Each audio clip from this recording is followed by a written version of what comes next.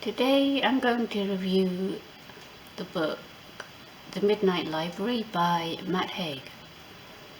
Hello everyone, my name is Harmony. If you're a returning viewer, welcome back, or if you're a new viewer, welcome. I talk about books, book reviews, money saving ideas, and anything else that springs to mind and is worth contemplating and discussing. Well, today I'm going to review The Midnight Library by Matt Haig. Now, this book covers, well, it's a fictional book. I believe Matt Haig's written a mixture of fiction and non-fiction. This is the only one of his that I've read.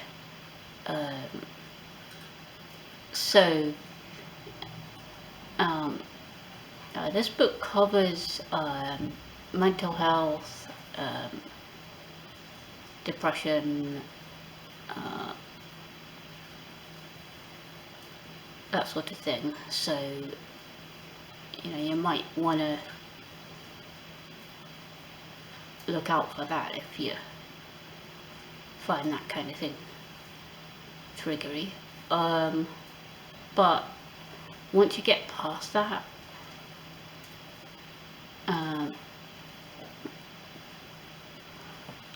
personally I think it's a very well written book. Although the thing that I really don't like about it is that it's, how do I say, it's not a very well structured style of writing. So in places it's hard to tell whether the same character is talking or a different character, or some of the dialogue just doesn't make sense because it's either on the same line or on the next line, but it just doesn't flow right.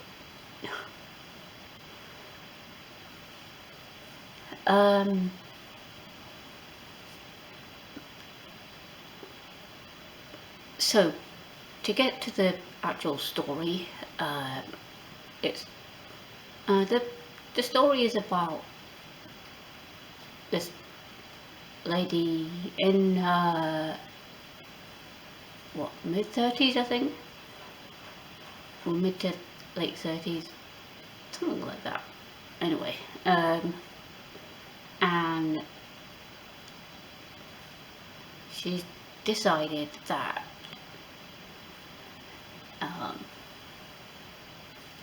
everything's going wrong. She lost her job, and the parent of the kid that she was teaching piano lessons to has also pulled the kid out of that because she didn't turn up when she was supposed to be there, and so on. And by the end of that particular day, she decided, you know what, I had enough, and she decides to attempt to commit suicide. Now, once she does that, she ends up in visiting this library, and because it's at midnight, it's known as the Midnight Library.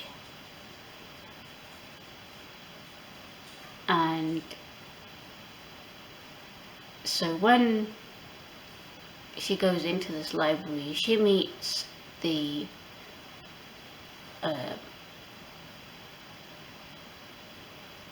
the person, or one possible form of the person that used to be the librarian at her old school. And this librarian explains to her about the Book of Regrets, which is essentially this book where every single regret that she's ever had in each year of her life is in this book, as like each year being a separate chapter. And now, the Book of Regrets, I think, is a really cool concept, because like, it shows her everything that she's ever obviously regretted, but also some of them are like flashing writing. So those ones, according to the librarian, symbolize things which she sometimes regrets and sometimes doesn't. And they're there, but they're not, kind of thing.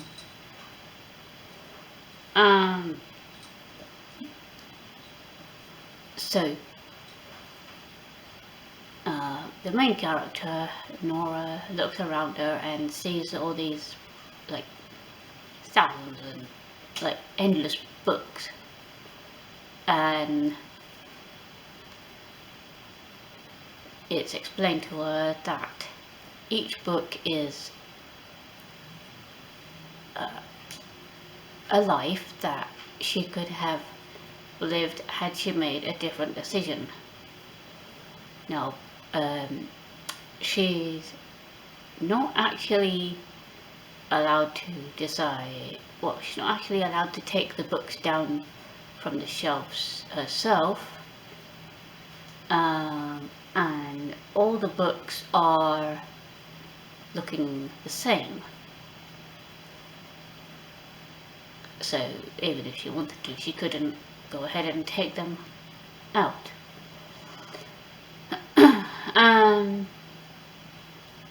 But what happens is, when she tells the librarian what life she would like to try living for a while, the librarian then gives her the appropriate book and says, right, here, start reading this from the first page, and then you'll get taken to this particular life, or possible life. So off she goes, and she goes through any number of possibilities.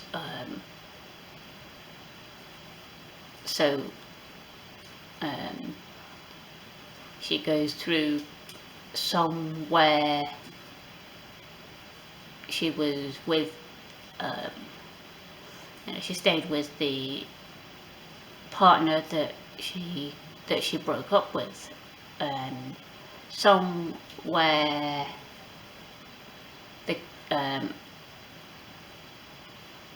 the cat that had passed away had passed at different times, or in different circumstances, like different situations, or some lives where she'd moved to Australia with her best friend, and so on.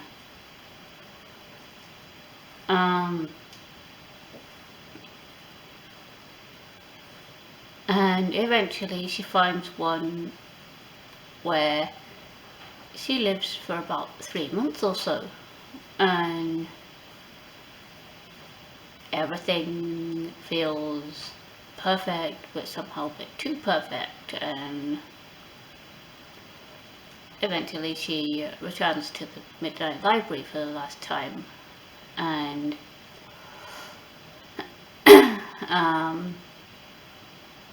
it's explained to her that the reason um,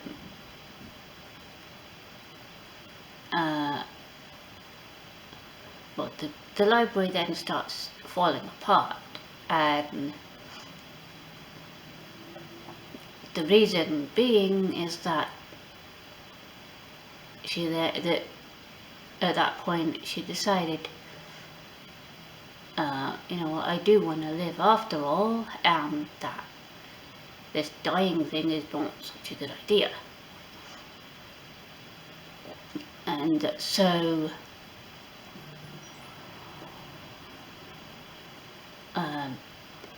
yeah, so eventually, after the Midnight Library basically getting destroyed, because this is weird concept of her getting so emotional that the Midnight Library and all the things in it and whatever gets destroyed, which I don't really understand, but okay. And so after all that weird destruction and the librarian telling her not to give up, she returns to what is commonly known as reality. And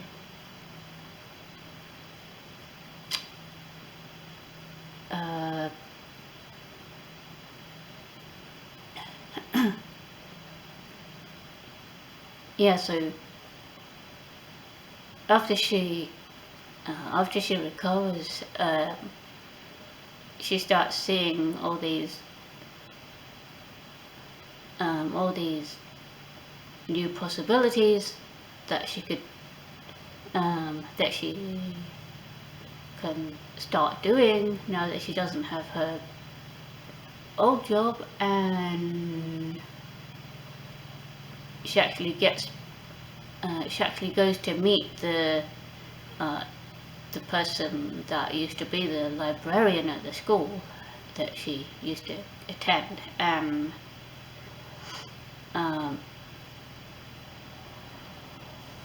she then makes a regular habit of visiting her in the nursing home that she ends up in, because by this time the librarian is old and not able to take care of herself so much.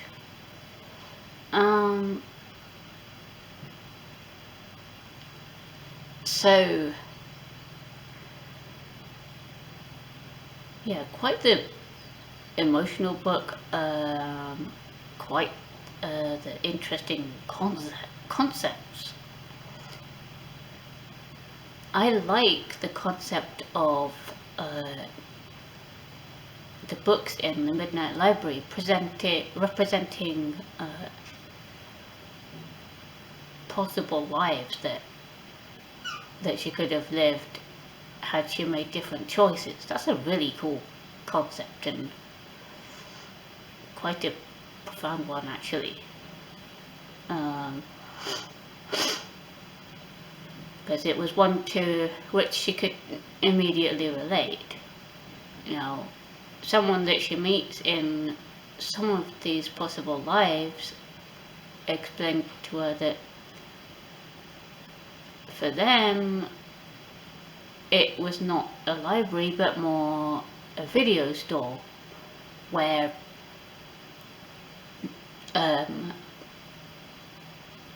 they would see the possible lives represented as videos, and they would hit the play button and start watching the movie and end up in the particular life.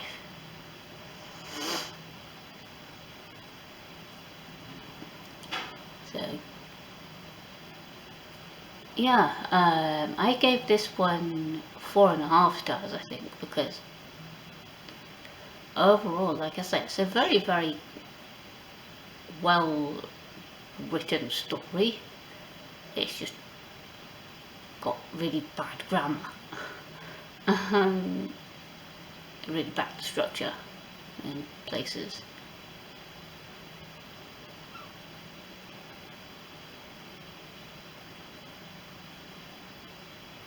Well, that's all I can think of saying for this particular review, but hope you enjoyed that video, and if you like my book reviews, you can feel free to take a look at this playlist, and you can like the videos, share with your friends, leave comments, or subscribe to my channel if you would like to do that. Well, until next time, I shall say happy reading with whatever you're currently reading, and see you in the next video.